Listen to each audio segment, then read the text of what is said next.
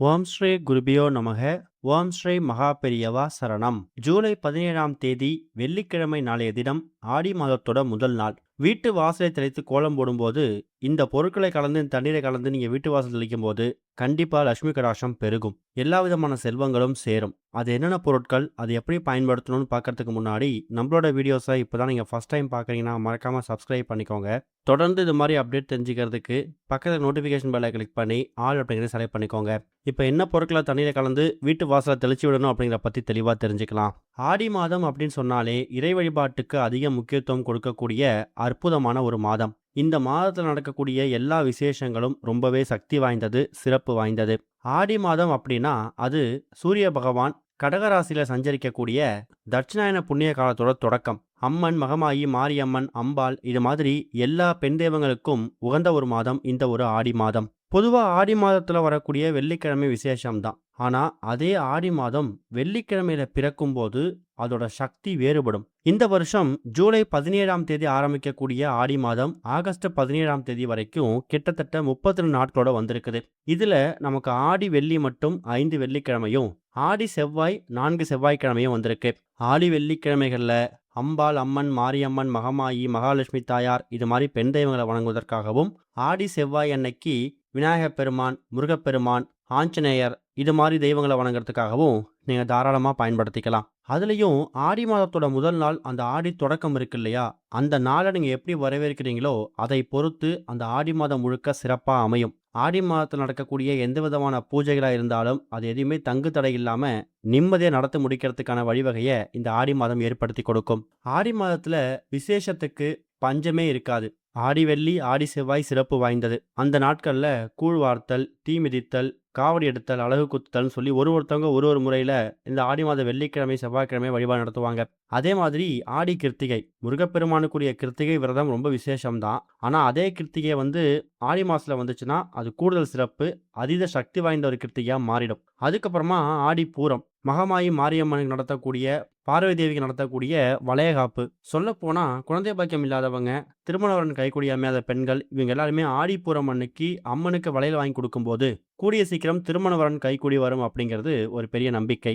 இப்படி எக்கச்சக்கமான தெய்வங்களை வணங்குவதற்கான வழிபாட்டு முறையை இந்த ஆடி மாதத்துல பயன்படுத்திக்கலாம். இந்த ஆடி மாதத்துல வரக்கூடிய முக்கியமான இன்னொரு விசேஷம், இன்னொரு விரதம் என்னன்னு கேட்டீங்கன்னா ஆடி 18ன்னு சொல்லக்கூடிய ஆடி பெருக்கு. காவிரி தாயை வரவேற்று நன்றி செலுத்தக்கூடிய அற்புதமான ஒரு நாளாகவும் இந்த ஆடி பெருக்க பயன்படுத்திக்கலாம்.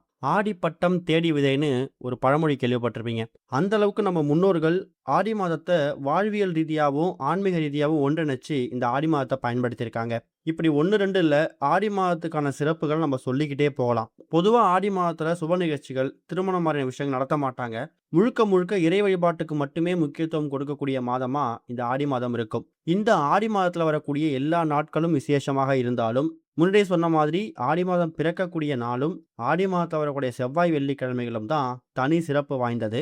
அதுல இந்த வருஷம் இந்த ஆடி மாதம் தெய்வீக சம்பந்தப்பட்ட விஷயமா ஒரு இறைவன் அருளோட ஆடி வெள்ளியோட பிறக்குது. அது கூடுதல் சிறப்பு.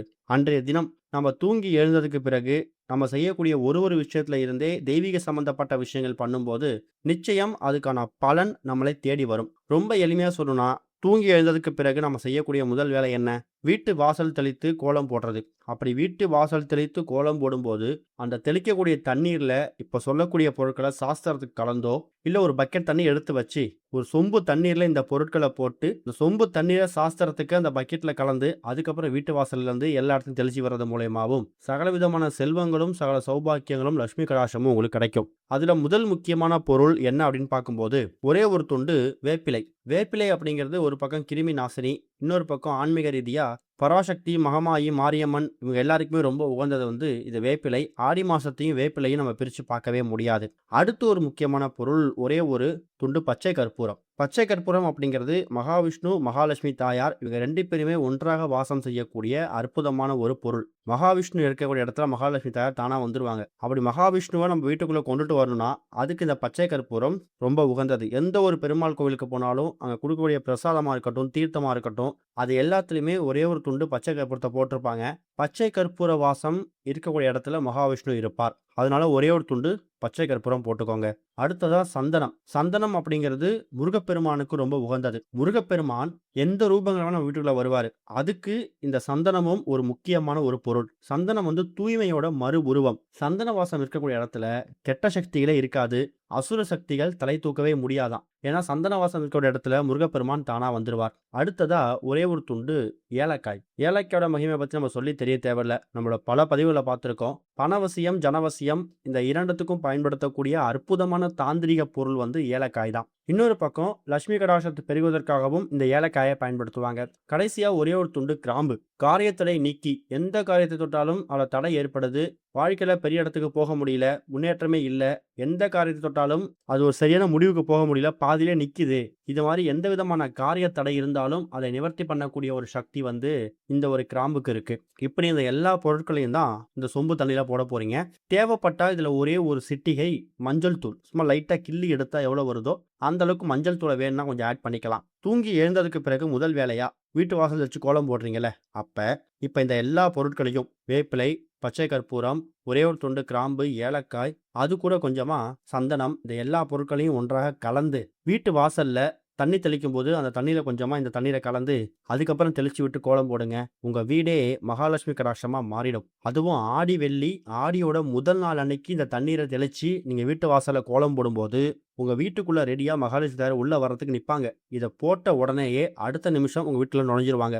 இது மூலயமா ஆடி மாதத்தோட முதல் நாளே உங்க வீட்டுக்குள்ள ஒரு தெய்வீக சக்தி கிடைச்சிடும். எல்லா விதமான கெட்ட எண்ணங்களும் பறந்து ஓடிடும். அதே மாதிரி இன்னொரு விஷயம் பண்ணலாம். வீட்டு வாசல் வச்சு கோலம் போட்டுட்டீங்க, அந்த சொம்பு தண்ணீர்ல கொஞ்சம் தண்ணி மீந்து இருக்கு. அதை என்ன செய்யலாம்னா, பூஜைக்கு பயன்படுத்தக்கூடிய பித்தளை சொம்பு இருக்குல்ல, அந்த பித்தளை சொம்புல இதே மாதிரி பொருட்களை போட்டு கரைத்து அந்த தண்ணீரை பித்தளை சொம்புல ஊத்திட்டு அதுல ஒரே ஒரு துண்டு எலுமிச்சம்பழத்தை போட்டு அந்த எலுமிச்சம்பழத்துக்கு மேல அந்த சொம்போட வாய்ப்பகுதியில வேப்பிலைய சொருகி உங்க வீட்டோட நிலைவாசல வைக்கணும். இது முடிஞ்சா தினமும் வைக்கணும். இன்னைக்கு வைக்கிறீங்கன்னா நாளை காலைல மாத்தும் போது அந்த பழைய தண்ணி அப்படியே ஊத்திட்டு புதிதாக தண்ணீரை மட்டும் சேர்த்து எலுமிச்சம்பழம் மட்டும் காய்ந்து போற வரைக்கும் நீங்க ஒரு எலுமிச்சம்பழத்தை பயன்படுத்திக்கலாம். திரும்ப திரும்ப ஒரு 2-3 நாட்கள் ஒரு முறை மட்டும் எலுமிச்சம்பழத்தை மாத்திக்கலாம். இது மாதிரி தினமும் ஆடி மாதத்தோட எல்லா நாட்களும் 32 நாட்களும் வீட்டு வாசல்ல இந்த பொருட்களை கலந்து தெளிச்சு கோலம் போடுறது, கூடவே சொம்பு தண்ணீர்ல பித்தளை சொம்புல இந்த பொருட்களை போட்டு அதுல எலுமிச்சம்பழத்தை போட்டு அது மேல வேப்பிலையை சொருகி நிலைவாசல்ல தீபம் ஏற்றக்கூடிய இடத்துல வைக்கிறதும் கூடுதல் பலன்களை கொடுக்கும். அறிவியல் ரீதியாகவும் ஆன்மீக ரீதியாகவும் எக்கச்சக்கமான மாற்றங்களை ஏற்படுத்தக்கூடிய அமைப்பை உங்க கையால நீங்க உங்க வீட்டுல தயார் செஞ்சிருக்கீங்க. இதோட மதிப்பு வந்து சாதாரண விஷயம் கிடையாது. இது மூலயமா கிடைக்கக்கூடிய பலன்கள் ரொம்ப பெருசு.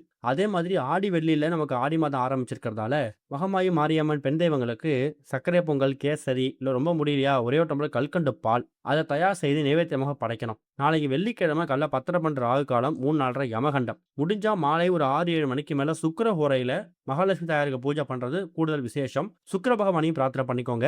கூடவே இந்த பொருட்களை கலந்து வீட்டு வாசல் தண்ணீரை தெளிக்கிறது மூலியமா குடும்பத்துக்குள்ள சுபிக்ஷம் ஏற்படும், வாழ்க்கையே மாறும். ஓம் ஸ்ரீ குருபியோ நமக. ஓம் ஸ்ரீ மகா பெரியவா சரணம்.